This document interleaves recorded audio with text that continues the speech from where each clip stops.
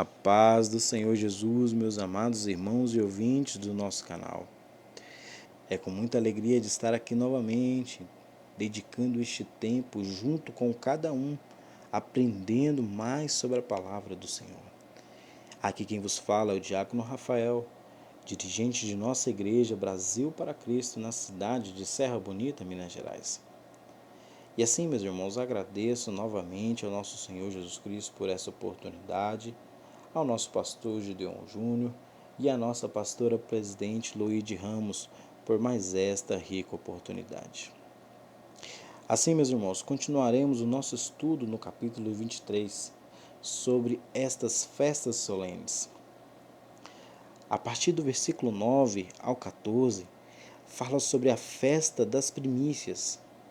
E essa solenidade consistia que os primeiros grãos colhidos fossem ofertados a Deus.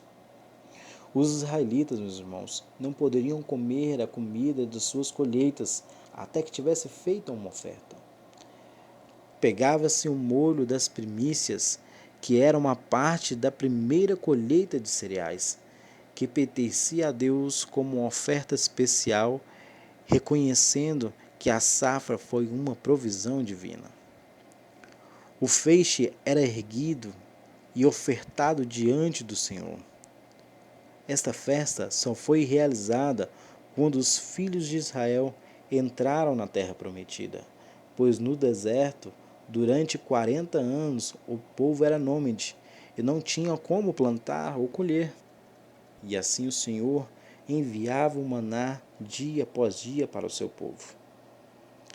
E a provisão do maná cessou somente quando os israelitas colheram dos frutos da sua primeira lavoura.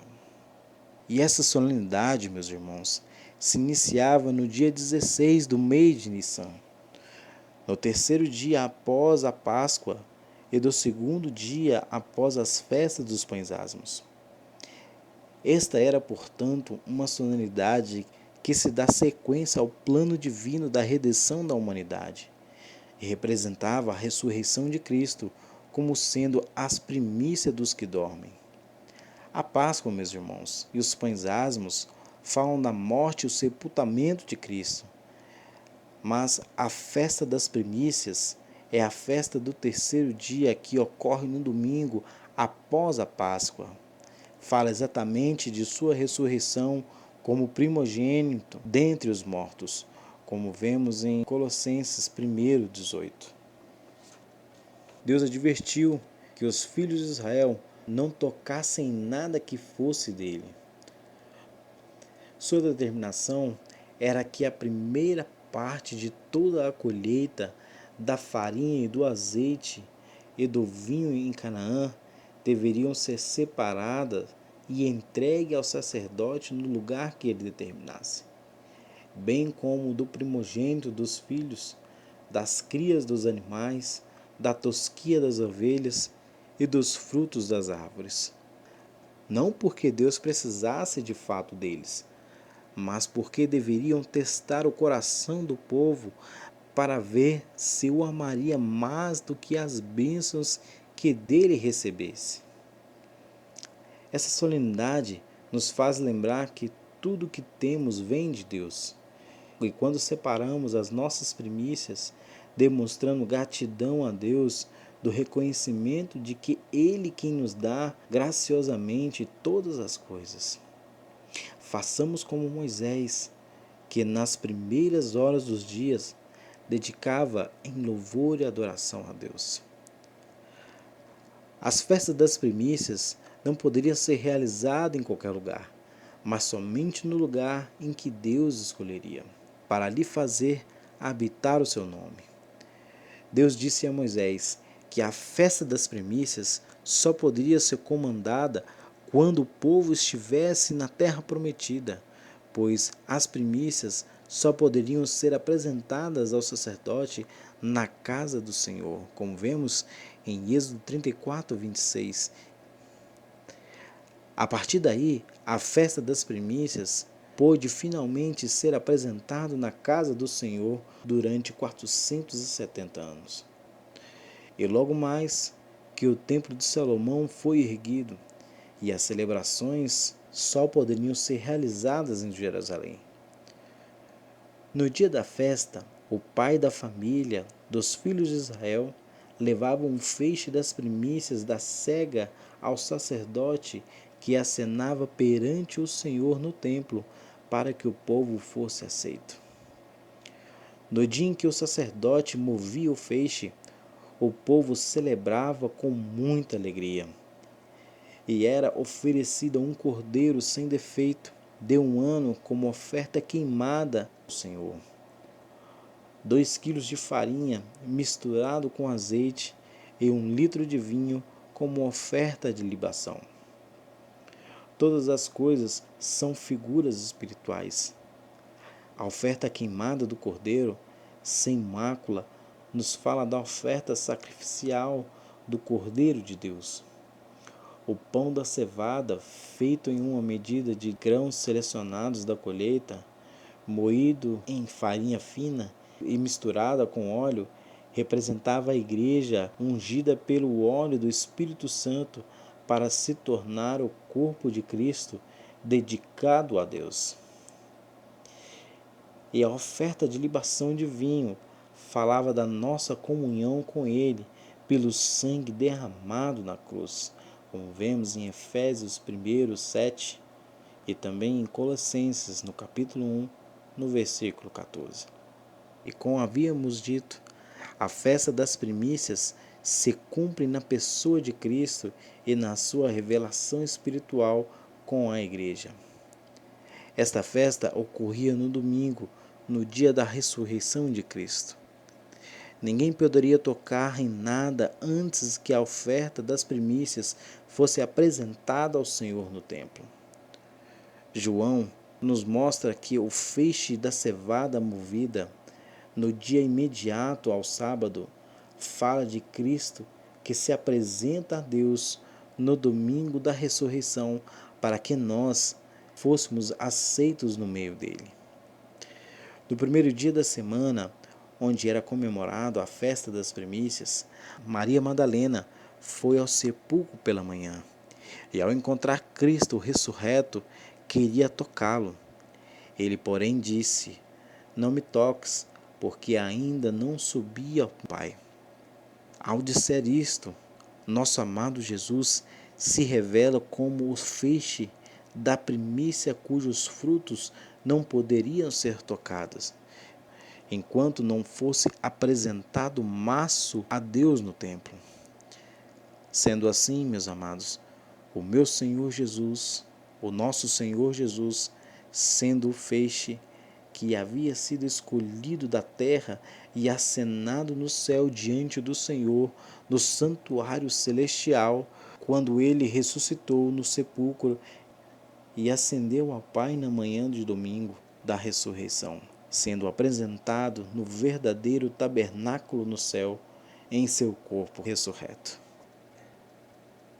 E assim, meus irmãos, Paulo disse: se Cristo não ressuscitasse, nós estaríamos perdidos. E assim como na lei das primícias, o povo não poderia fazer o restante das colheitas do trigo ou da cevada, enquanto o feixe não fosse apresentado no templo, assim também como Cristo não ressuscitasse, ninguém ressuscitaria. Mas Cristo agora ressurgiu dos mortos e foi feito as primícias dos que dormem, e depois de nós, os feixes que são dele na sua vinda. E nós também seremos ressuscitados e encontraremos com ele naquele grande dia, glória a Deus, e na colheita do arrebatamento, quando ele descer dos céus, sob o seu toque da última trombeta, e nos acenar ao Pai com ele pela sua morte. A próxima grande colheita é após a contagem do primeiro feixe, 50 dias após a sua ressurreição. Será o grande espetáculo do Espírito Santo anunciado pelo profeta Joel, no capítulo 2, no versículo 23, que é a festa de Pentecostes, conhecida em hebraico como Hag Shavuot, que está a partir do versículo 15 ao versículo 25.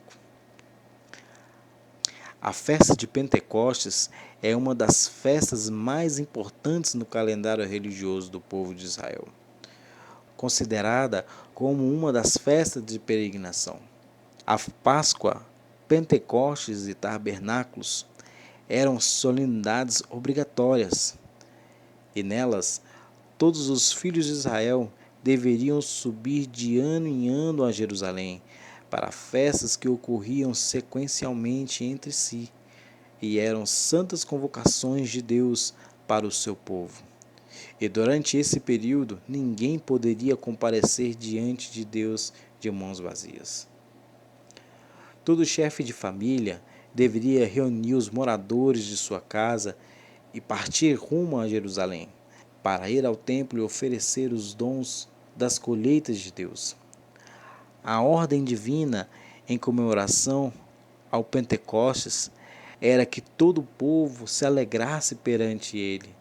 Todos os filhos de Israel, quando servos, escravos, quanto os livres, e até mesmo os estrangeiros, para se lembrar que foram escravos na terra do Egito, e durante 400 anos sofreram em pobreza e misericórdia.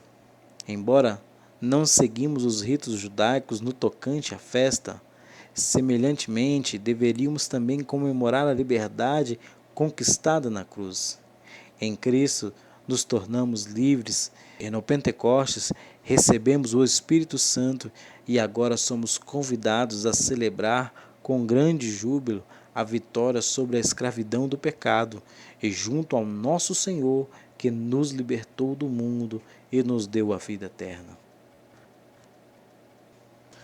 A festa de Pentecostes simbolizava o derramamento do Espírito Santo, e assim como os pães movidos eram oferecidos 50 dias após o molho movido, houve um período de 50 dias entre a ressurreição de Cristo e o derramamento do Espírito Santo no Pentecostes.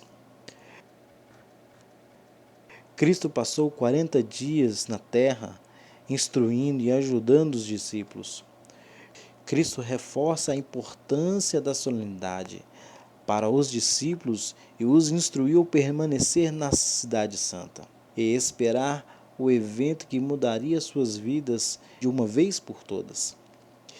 Então ele subiu aos céus e durante 10 dias os discípulos continuaram a orar e suplicar até que o Pentecostes se cumpriu plenamente. Com o Pentecostes veio a plenitude do Espírito, como vemos em Atos, no capítulo 1, no versículo 8 e no capítulo 2, no versículo 4.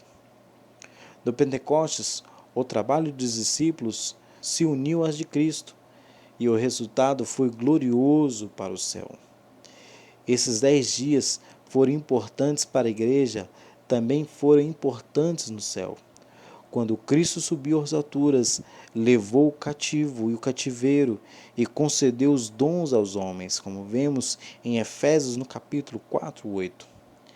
E aqueles que ressuscitaram por ocasião da morte do Senhor saíram dos sepulcros depois da ressurreição e subiram com ele aos céus e apresentados diante do Pai como a primícias da ressurreição.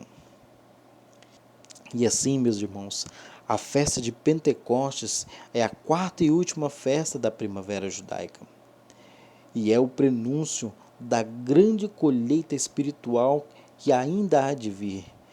E em um grande dia em que Cristo enviará os seus anjos e com forte clamor de trombeta, onde colherão os seus por toda a terra. E assim, meus amados, continuaremos amanhã e dando início à segunda parte das solenidades, que são as festas de outono. E assim fiquem todos com a paz do Senhor.